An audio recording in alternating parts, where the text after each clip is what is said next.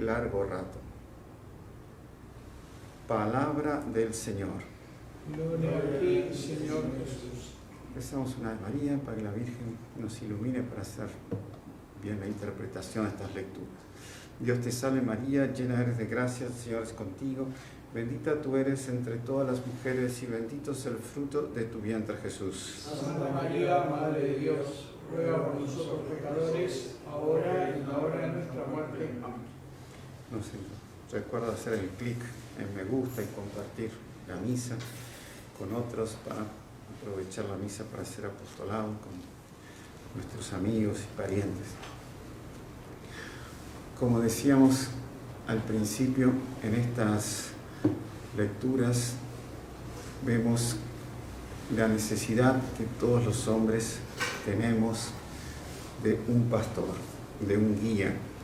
Es una necesidad natural que Dios puso en el alma de todos los hombres de ser guiados por alguien, que ve más, que es superior a nosotros, por alguna cualidad, es un líder natural en el lugar donde esté. Y es una cosa que ayuda también a los que son guiados a descansar en ese que nos guía, o sea, tener la confianza en que los problemas principales van a ser solucionados o guiados o bien conducidos por esa persona que es superior a nosotros. Puede ser un religioso, puede ser también dentro del ámbito civil, un gobernante, un rey, un príncipe, puede ser un profesor de colegio, un director de colegio, el director de alguna institución. También, aunque no tengamos un cargo directivo, puede ser también, todos nosotros tenemos que ser pastores de nuestro prójimo. Y tenemos que, ya sea por el ejemplo, por la doctrina, por la forma de ser, tenemos que ayudar también a guiar a los otros para, en el fondo, el fin último, para llegar al cielo y también para salvar nuestra alma y dar gloria a Dios en esta tierra. Y así Dios fue suscitando a lo largo del Antiguo y del Nuevo Testamento hombres, mujeres que fueron guías, fueron líderes, fueron pastores para los otros. A lo largo del Antiguo Testamento, los profetas, por ejemplo Moisés, que estábamos viendo durante esta semana, se está leyendo todo el Éxodo, como Moisés, por la voz de Dios, por un llamado de Dios, sacó de Egipto después de 450 años de estar en Egipto, sacó, como dice la Escritura, 600.000 hombres sin contar las familias. O sea, se puede calcular fácilmente 2-3 millones de personas, más todos los animales. Él los llevó de Egipto para la tierra de Canaán, la tierra prometida, pasando por el Mar Rojo y siendo perseguidos por los egipcios. Bueno, una epopeya espectacular, fabulosa, que hasta ahora nadie hizo, y que pasó a pie seco por el cauce del Mar Rojo. Entonces, así después el rey David, cantidad de profetas que fueron guiando y fueron diciendo al pueblo lo que debía hacer, lo que debía cumplir y lo que no debía hacer, y que increpaban a los reyes porque los reyes, algunos, se estaban desviando de la verdadera fe. En el Nuevo Testamento tenemos santos como, por ejemplo, San Francisco de Asís, que hizo que toda Europa, la Europa medieval, retrasara toda la decaída que después tuvo, o Carlomagno, que hizo toda la unidad de Europa en torno a la fe. Bueno, entonces siempre Dios va a mandar esos pastores con mayúscula para que todos tengamos un respaldo, una guía que nos indique el rumbo, no sea solo personal, sino también a nivel de toda la sociedad. Entonces, nosotros como, si vemos ya en el Evangelio, vemos algunas características que debe tener el buen pastor, el buen director o el buen conductor. Como dice aquí Jesús, que es propiamente el buen pastor por excelencia, dice: vengan ustedes solos a un lugar desierto para descansar un poco. O sea, Jesús, hemos visto en las liturgias anteriores, que había mandado a los apóstoles por primera vez a hacer apostolado. Y Él los manda sobre todo a las ovejas descarriadas del pueblo de Israel. No lo manda a cualquiera, sino vendría a ser a los que están entibiados o se han enfriado en la fe, porque todavía ellos no estaban tan fogueados como para enfrentar otros, por ejemplo, gente de otras religiones, gente pagana, y entonces Jesús los va mandando de a poco para irse fogueando. Entonces Jesús acá le dice: bueno, vengan ustedes solos a un lugar desierto para descansar un poco. O sea,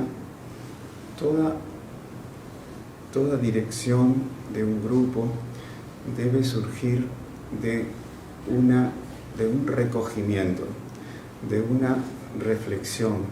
Por eso Jesús, después de pasar, de ellos pasar, no sé cuánto habrá sido, una semana, 15 días en pura actividad, los llama para recogerse, para hacer como un retiro espiritual con Él.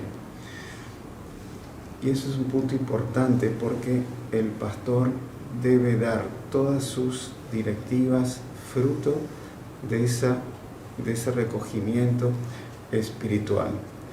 No puede dar las directivas fruto de un impulso temperamental o de un arrebato que tuvo para hacer alguna cosa de forma completamente inesperada. Luego dice: porque era tanta gente que iba y venía que no tenían tiempo ni para comer. Entonces se fueron solos en la barca a un lugar desierto.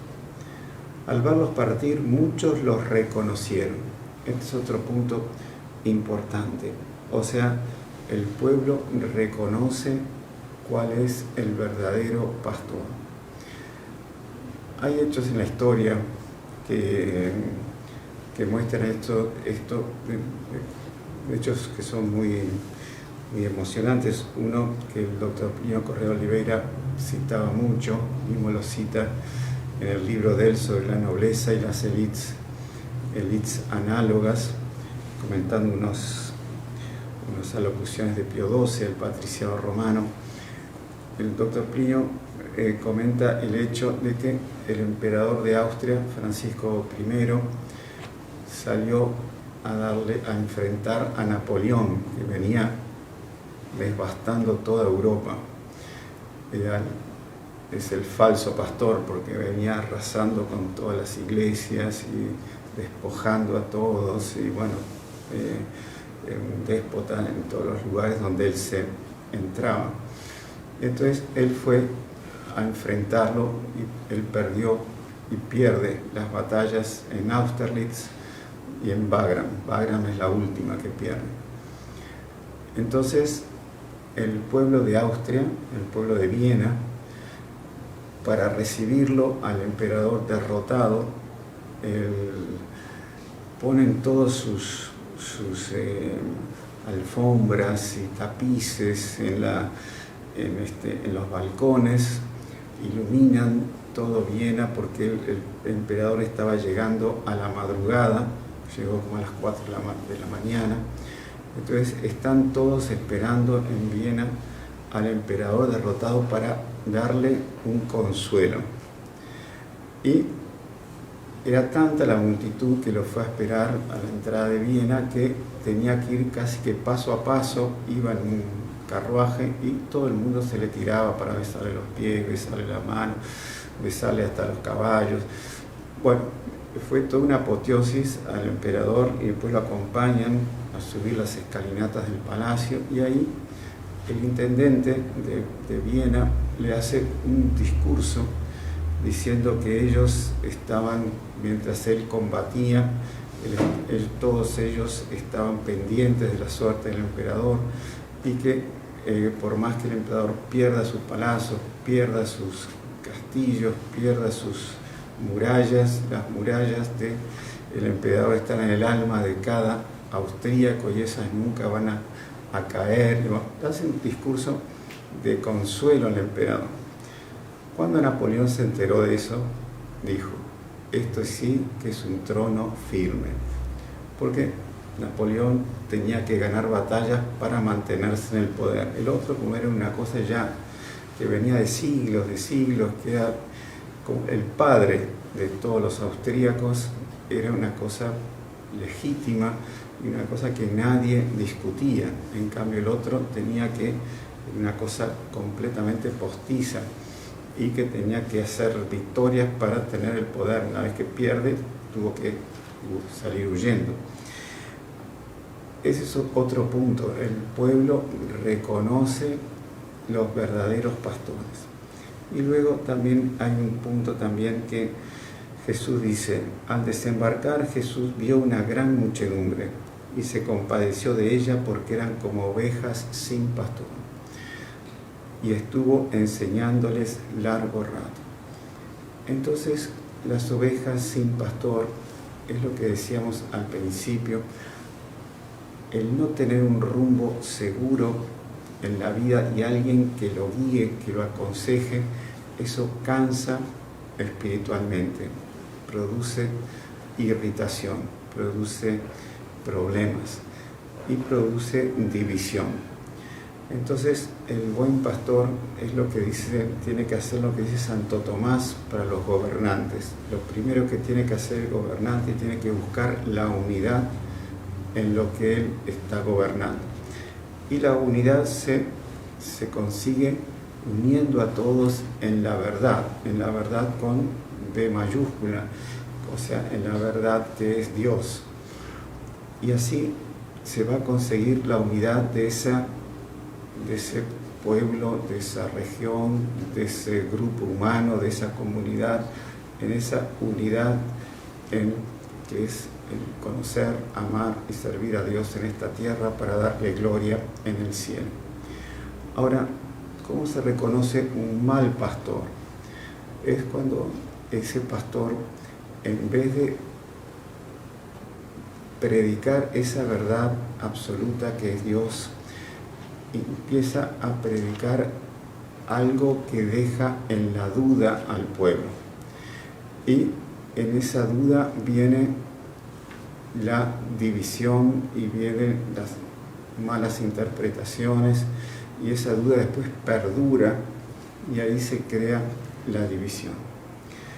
Entonces, todas estas cosas nos ayudan para también nosotros hacer un examen de conciencia de cómo está nuestra conducta con respecto a los otros. Si nosotros sembramos dudas o sembramos entusiasmo por alguna verdad de la fe.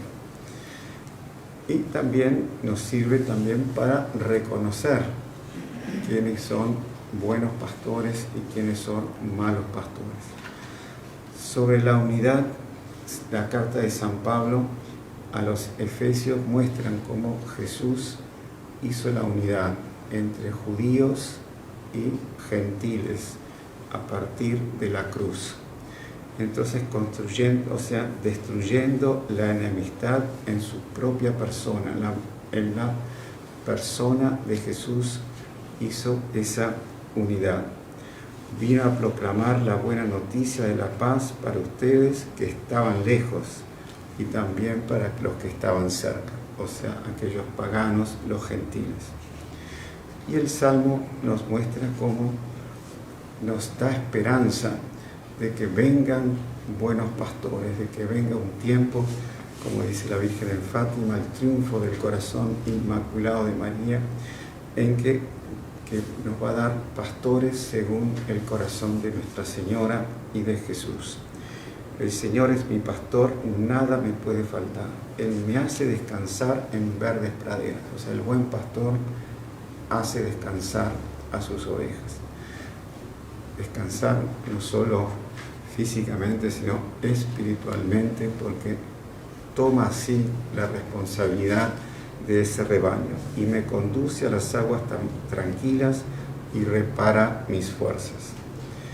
Dice, tu bondad y tu gracia me acompañan a lo largo de mi vida. Habitaré en la casa del Señor por muy largo tiempo.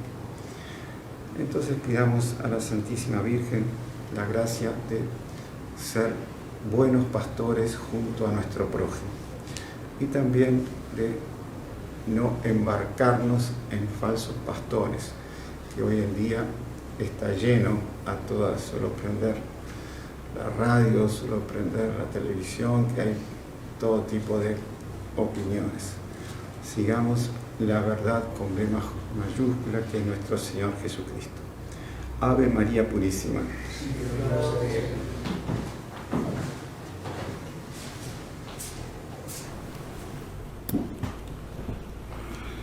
Creo en un